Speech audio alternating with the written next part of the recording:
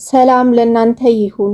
በዓለም ዙሪያ ለምትኖሩ ለሰው ልጆች ሁሉ ዛሬ የማቀርበው የሉቃስ ወንጌል ምዕራፍ 6ን ከቁጥር 1 እስከ 19 ድረስ ያለውን ነው። ኑ አብረን እናንብብ። በሰንበትም በእርሻ መካከል ያልፍ ነበር። ደቀ መዛሙርቱም እሸት ይቀጥፉ በእጃቸውም እያሹ ይበሉ ነበር። ከፈሪሳውያን ግን አንዳንዶቹ በሰንበት ሊያደርግ ያልተፈቀደውን ስለምን ታደርጋላችሁ አሏቸው።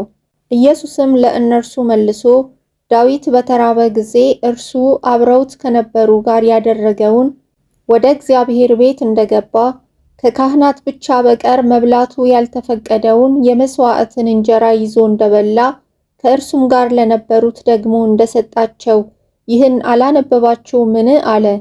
የሰው ልጅ የሰንበት ጌታ ነው አላቸውም። በሌላው ሰንበትም ወደ ምኵራብ ገብቶ አስተማረ። በዚያም ቀኝ እጁ የሰለለች ሰው ነበረ። ጻፎችና ፈሪሳውያንም መክሰሻ ሊያገኙበት በሰንበት ይፈውስ እንደሆነ ይጠባበቁት ነበር። እርሱ ግን አሳባቸውን አውቆ እጁ የሰለለችውን ሰው ተነሳና በመካከል ቁም አለው። ተነስቶም ቆመ።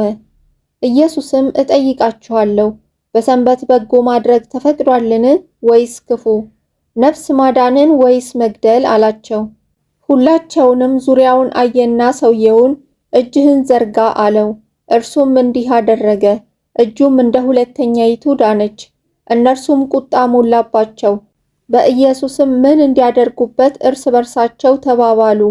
በእነዚህም ወራት ይጸልይ ዘንድ ወደ ተራራ ወጣ። ሌሊቱንም ሁሉ ወደ እግዚአብሔር ሲጸልይ አደረ። በነጋም ጊዜ ደቀ መዛሙርቱን ጠራ። ከእነርሱም 12 መረጠ። ደግሞም ሐዋርያት ብሎ ሰየማቸው። እነርሱም ጴጥሮስ ብሎ እንደገና የሰየመው ስምዖን፣ ወንድሙም እንድርያስ፣ ያዕቆብም፣ ዮሐንስም፣ ፊልጶስም፣ በርተሎሜዎስም፣ ማቴዎስም፣ ቶማስም፣ የእልፌዎስ ልጅ ያዕቆብም፣ ቀናተኛ የሚባለው ስምዖንም፣ የያዕቆብ ይሁዳም፣ አሳልፎ የሰጠውም የአስቆሮቱ ይሁዳ ናቸው። ከእነርሱም ጋር ወርዶ በተካከለ ስፍራ ቆመ። ከደቀ መዛሙርቱም ወገን ብዙ ሕዝብ ነበረ። ደግሞም ሊሰሙትና ከደዌያቸው ሊፈወሱ ከይሁዳ ሁሉ ከኢየሩሳሌምም ከጢሮስና ከሲዶና ባህር ዳርም የመጡ ብዙ ሰዎች ነበሩ። ከርኩሳንም መናፍስት ይሰቃዩ የነበሩት ተፈወሱ።